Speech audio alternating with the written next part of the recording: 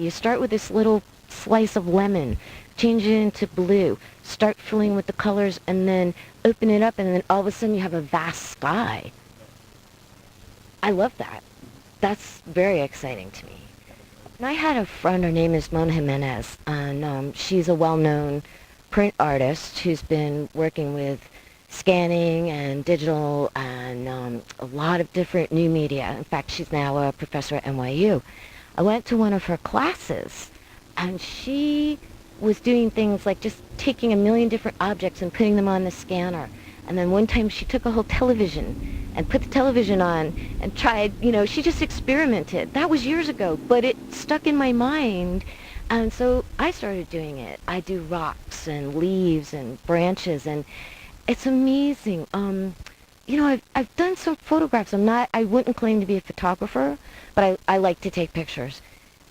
Scanning picks up details and dimension because it's light, and because you can do things like with a flower, I'll put a bowl on top of it, so you've got like this weird sort of depth coming up that I wouldn't know how to capture in a photograph. And it's really a different kind of thing. It's very scientific, but it's science with heart.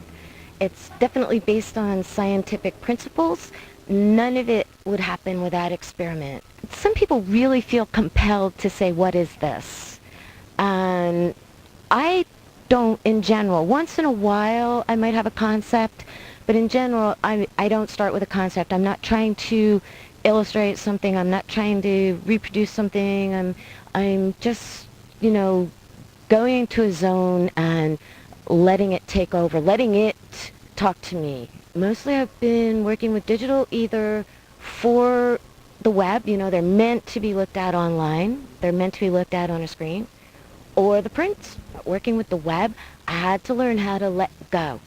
When I stretch my own canvases and I'm building a canvas and I'm creating a painting, it's very, very much, this is it. This has to be perfect for now and forever. On the web, it's dependent on what kind of computer the person has, what their screen size is set at, whether they're looking at it on a laptop or on a gorgeous, big monitor. So you have to be open to that and to realize that sometimes the colors will change slightly. You work at it and you get it as close as you can to being web safe, but it's not necessarily under your control. I remember the first time somebody said, I took one of your images and made it my desktop wallpaper. I was like, that's a brilliant idea. So when I have my own website, I have 10 desktop images on there because I want people to use this stuff, It's like I want people to live with these things and enjoy them. That's what it's all about.